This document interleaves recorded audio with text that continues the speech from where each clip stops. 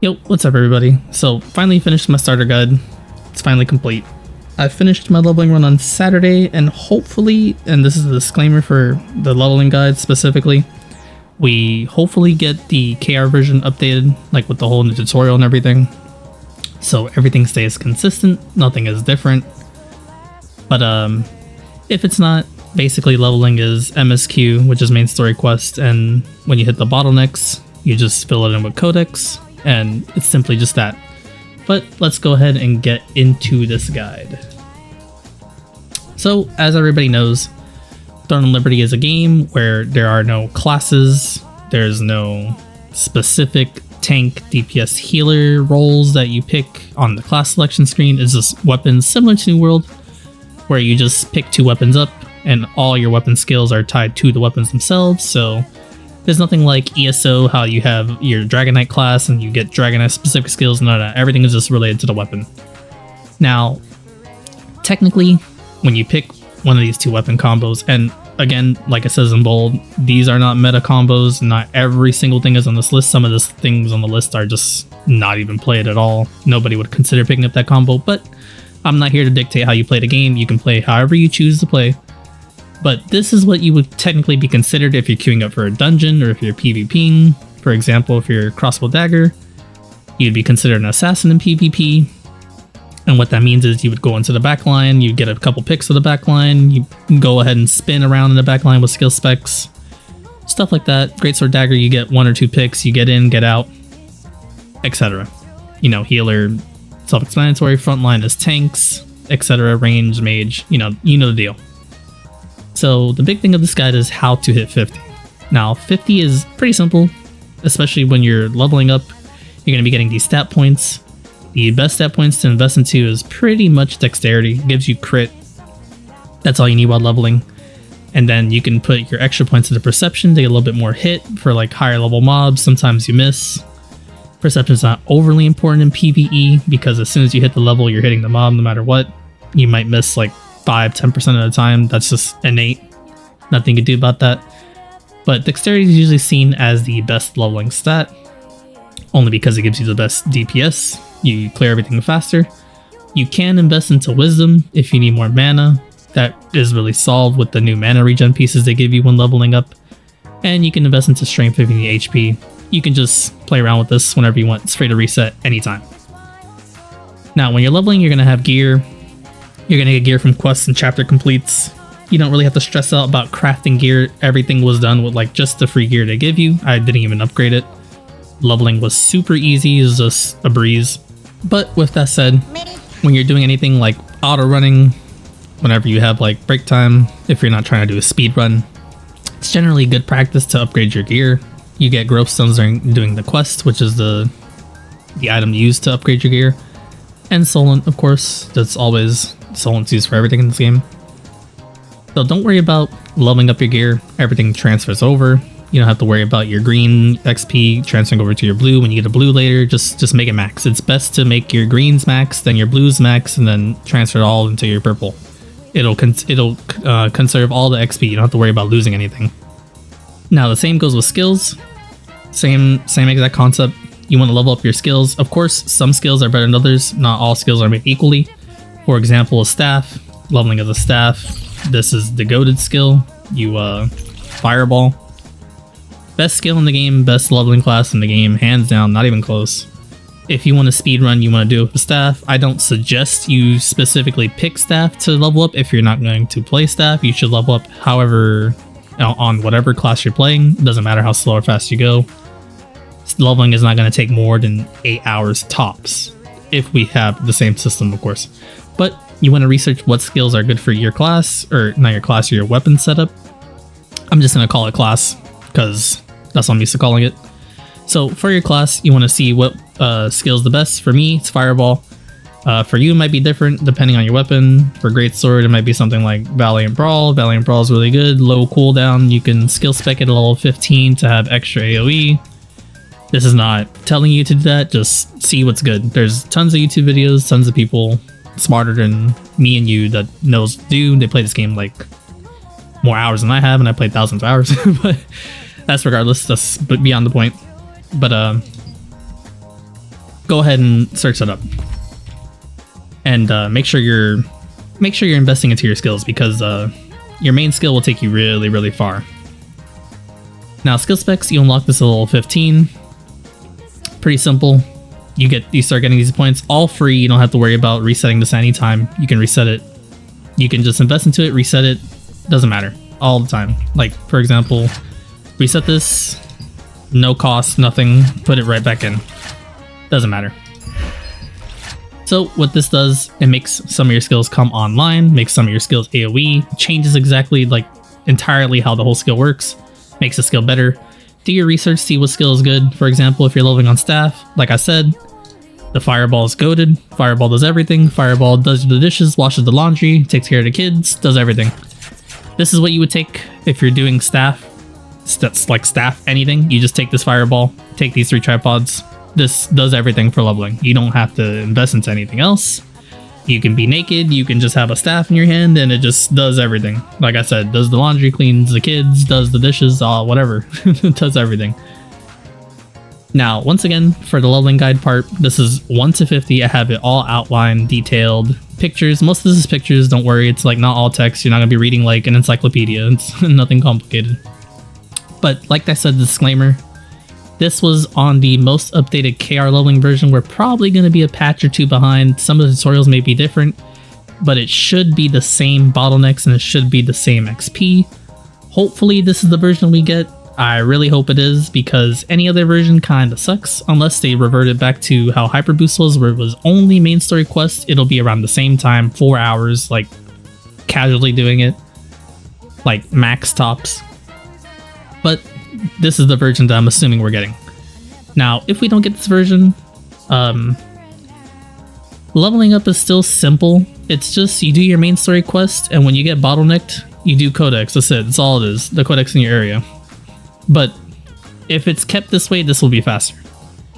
Now I have 1 through 21, I have 21 through 23, all the bottlenecks. Just go ahead and go through this. I have some quests that you should ignore and skip. And like if you miss it, it's no big deal, but if you hit it, it makes your time faster. But you don't have to worry about those too much. Like everything was obtained. Like this was off my leveling run. My leveling run took like 7 hours, 0 to 50, while like making this guide. I would pause for like 20-30 minutes at a time to like update the guide, like take a break, go get some water and stuff like that. So at max it should take you like, let's go ahead and just add an extra outro, like 8 hours like tops. If you're like super slow, you have to take care of your kids in the middle of the thing, like this is accounting for breaks, all that stuff. So day 1 you should be max level pretty much.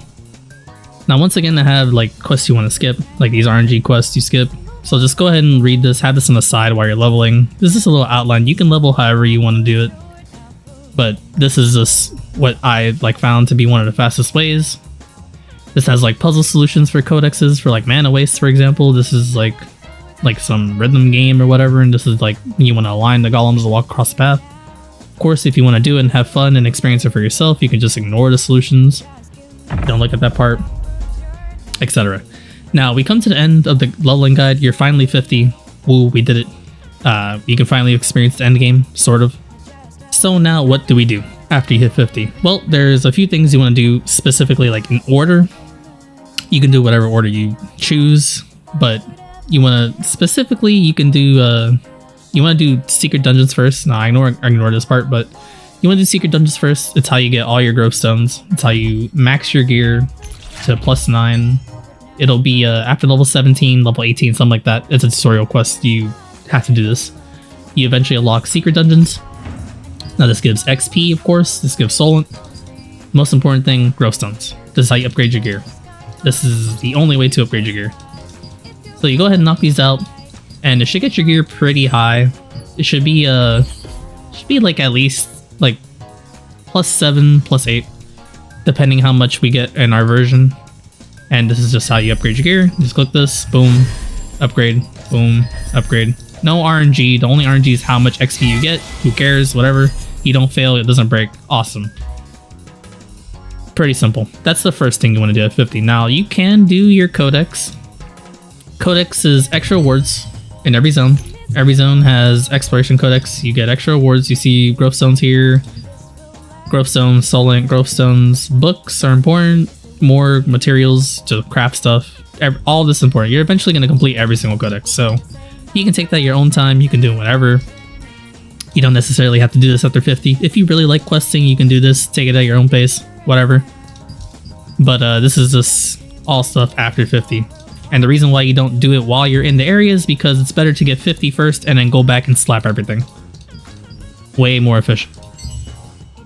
So that's what you do after 50, some of the first things. Now you have a daily and weekly checklist after you hit 50. All outlined here, I'm not going to talk about everything. Just the guide will be in the description. Go ahead and click it, check it out. You basically visit merchants every day to buy your dailies. You buy your weekly contracts at certain merchants and stuff. All that stuff. Guild coin merchant, sundries, all the stuff is listed here. Now, you have regular contracts you get. Now, when you hit 50, you should have something like 30 contracts, we're assuming. On KR Hyper Boost, you had 80. We're not going to get that version because they gave you just extra contracts to catch up. We're going to have something around 30, but every day after the first day, you only get 10 contracts a day. Like, that's not including events or giveouts or whatever they do for us. 10 contracts a day. Really simple, really fast. Kill like 10 mobs. You interact with this thing here. It's nothing insane, but this is one of the main ways to get materials to make growth stones. So you get powder. This is how you get your mastery for your weapons. And what mastery is, it's just this tree. It's just an extra little tree. Right here. You just upgrade this, you pick the path that you think looks the best. Of course, there's going to be videos and builds where people think this is the best, and he thinks that's the best, and she thinks that's the best, and they think this is where it goes, and whatever. You just pick, always free to, well, not free to reset, because these cost Solent to invest into, so you kind of want to pick these, like, sparingly. It's not, like, an insane amount of Solents, like 36k, 80k, like, at the later end.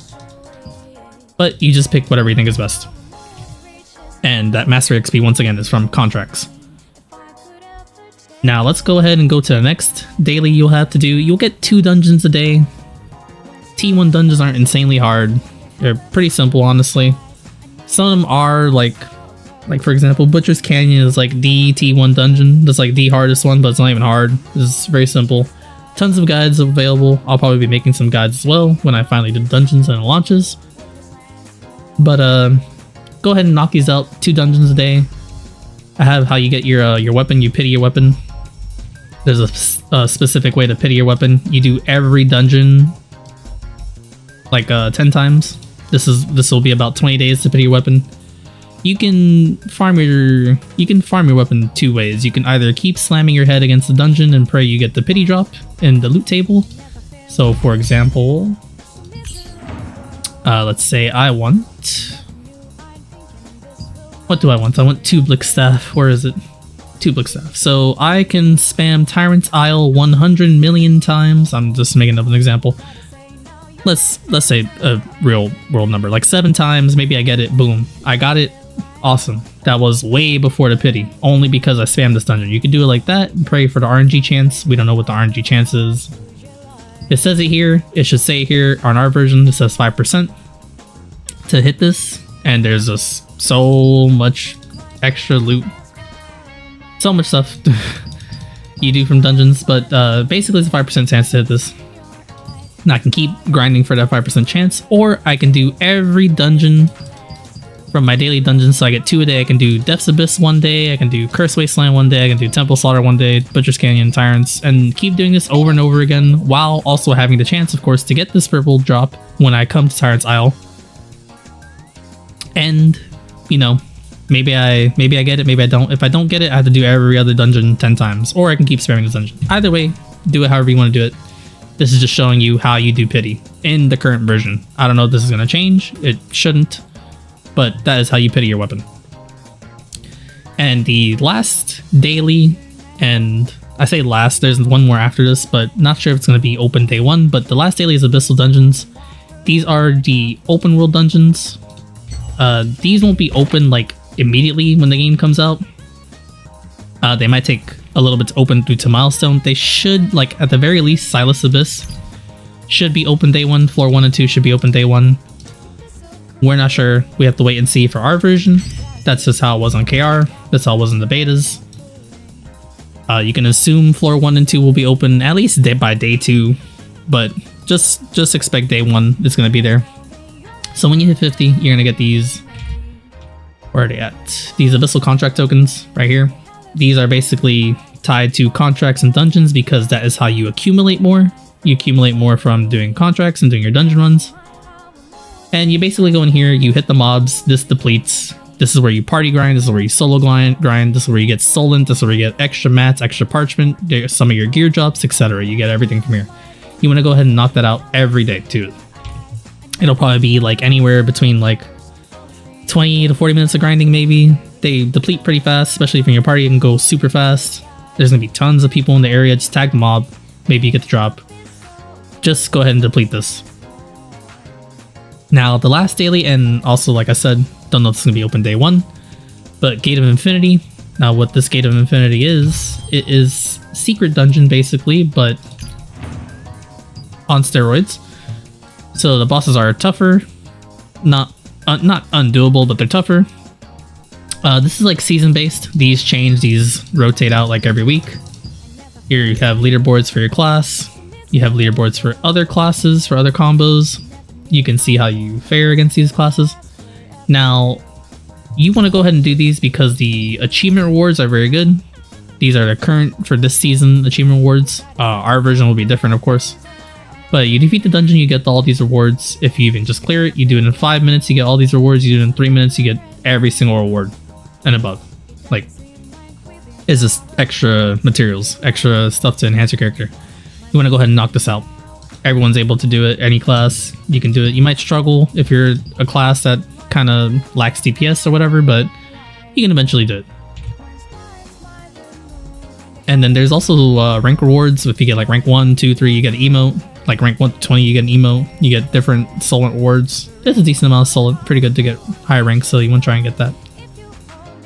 Now let's talk about gearing. Now I know there's a lot of drama going around in TL where there's some content creators selling their builds. Now, it's ridiculous, of course, but I understand why they're selling their builds. If you were to ask me, and I'm a competitive gamer in MMOs and like every MMO I play, I do arena and stuff, I do top end PvP.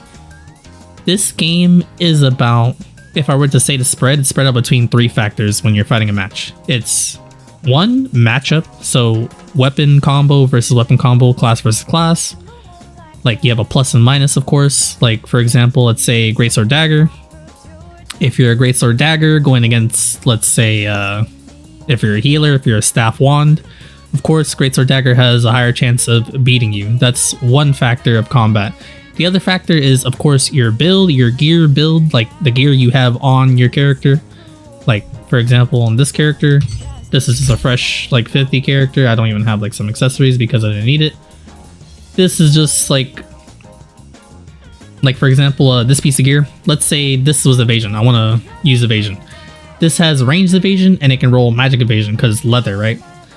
So I will be strong against ranged and magic classes. I will have defensive against them. I will have a chance to evade, but melees will just like eat me up for breakfast. I can't evade them. They stun me. I'm pretty much dead to their combo unless like, you know, some external factors.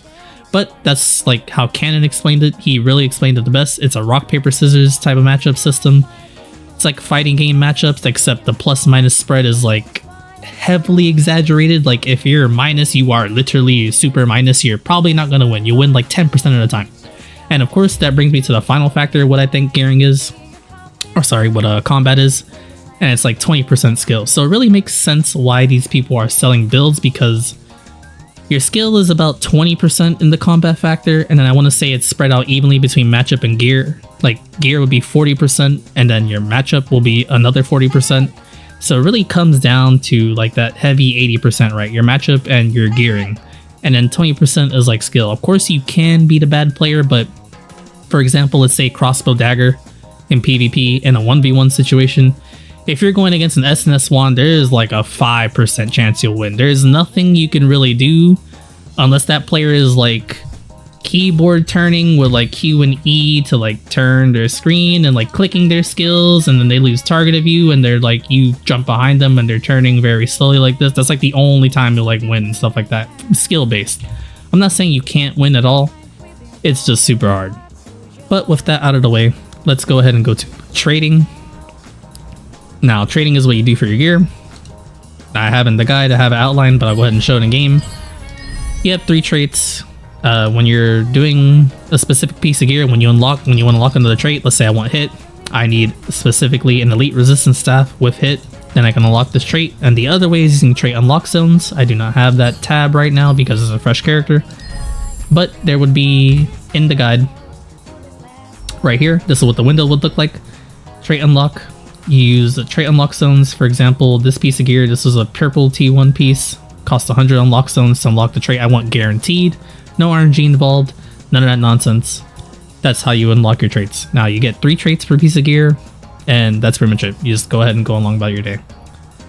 And I have it pretty detailed on how, like, what specific things you need to get your trait. There's a tons of video guides out there as well explaining, but basically when you're unlocking a trait, you need the same name piece of gear. And then when you come down to enhancing a trait, all you need is the same type of gear. So for example, a ring. Let's say for this example, this ring. This ring has skill damage boost. If I want to enhance the skill damage boost, I would need any ring, any grade, doesn't matter, to enhance the skill damage boost trait. And it'll be a different percentage. Of course, if it's the same grade of gear, like if it's a purple and purple, it'll be 100% chance. If it's a purple and blue, it'll be like 10%. If it's a green, it'll be like 1. If it's a gray, grays don't have traits, not possible. So that's just an example. Now you have trait blessings, you have fail stacks. Every time you fail, like your blue traits, you stack up blessings. What blessing is like I said, just fail stacks, enhances your chance. You want to make sure you don't have this checkbox checked when you're using it. You want to get enough blessing to fully succeed. So if you just failed like 9 times straight, you have a 90% chance. When you finally click blessing, you get 10% chance, boom, 100%, you get a guarantee. So that's basically what blessing is. Now your blessings do transfer in gear. So let's say let's just say I have a purple staff, I want to transfer, this has 500 blessing. I would come to transfer, and let's say this is the new purple staff, my blue staff would appear in the material tab. I would click transfer, and then boom, I would have the +3 purple staff, because you want to rank up your blue gear all the way to max, and then when you transfer a blue into purple, it'll be +3, and then you will have 500 blessing. So all the blessings will carry over. So when you start trading up your purple piece of gear, you'll just have 500 blessing to work with, which will give you increased chance when you're trading or trait enhancing your gear. Pretty simple, not complicated. The game doesn't do too well of explaining it. A lot of other content creators made guides that are really good. Just go ahead and come here if you're ever confused and you'll see. Now there's another system added which is called trait conversion. Let's say you get a drop and it's a trait you don't like. Let's say I didn't like this critical hit trait. Nah, I think it sucks. It's garbage. B tier. Let's say I wanted max mana. I would get trait conversion stones, which you get from buying out your daily shops, which is also in the guide as well. You buy out your trait conversion stones and you have an RNG chance to convert to a trait that you want. And of course there's a guarantee trait. I don't know why I can't use this, probably because it's a fresh character, but then you would just, for guaranteed, it would just be more trait conversion stones at a higher cost and a higher solent cost, and you can guarantee get your trait conversion. Just stuff like that. There's tons of ways to get traits on your gear that you want and have it fully traded out. Now trait resonance, we're gonna head and skip this real quick and go to substance transformation. Now this is data mined in the current version of the build that's on NA for the Siege of Day build. We don't know if we're gonna get this right off the bat. I wanted to wait for Amazon to post an article about it. They never did. It's Monday, 3 days until the game comes out. If I wait any longer, the game will be out. I can't make this video. But substance transformation, I'll go ahead and show you what it is in game. It's very simple. It's a gacha system. You just add a bunch of gear. You get points. As you see on the left, the points are going up. The higher tier, the higher chance of gear. You can always see the chances. Like if I get tier 4, I have a 50% chance to hit this gear. Of course, this is an easy way to target specific gear. This is how many people get their accessories. And this is how you fully trade up your accessories very simply. And how you get the T1 accessories you want, because T1 accessories are kind of hard to get in dungeons and stuff like that from drops. So this is how you get that. This is how you get more gear. Very simple, nothing complicated. Just costs solent and a bunch of gear. This is like the main complaint of many people. Many people see this pay to win. It's not a bad system. As long as they don't have T2 gear in this system, and it's just T1 gear, like it's available with the dungeons we have access to. It's not bad. This is how you get rid of useless gear that you can't sell in the market. So like, let's say your server thinks endurance is garbage, like your specific server. Not the case, but your server just thinks it's garbage. You can't sell this purple piece of gear. What are you going to do with the gear? Your only choices are to either dissolve the gear, which is not really worth. You just get like powder, whatever. You get powder from contracts anyways. Or you come into substance transformation and you put your garbage piece of gear in here and you get some points. And it's like, oh, okay, cool. So I can have a chance at getting a better piece of gear. Like you can just go ahead and like, let's say in your build, you use this Transcendent Magic Ring. This is like an Arc Boss ring currently. You can only get a drop from Arc Boss, but you can also get it from this. This is a viable solution to that. So it's not a bad system, like I said. It just would suck if they do it incorrectly, but that's another topic. Now, this is tied to the trait resonance system. You also get trait resonance stones when you actually click this button. And what trait resonance is, it's literally just another trait on your gear. That's all it is. And it has its own, every gear can roll its own traits. You can check on quest log, you can check in game when you finally get all your traits. Now you can only do this on a piece of gear when all your traits are fully maxed out and you have it fully traded up, like it says right here in bold. And it just cost some trait resonance stones. They recently added a guaranteed. The guarantee is like never worth. It's like you can see here, it's RNG for 4 stones to just RNG and 300k Solent.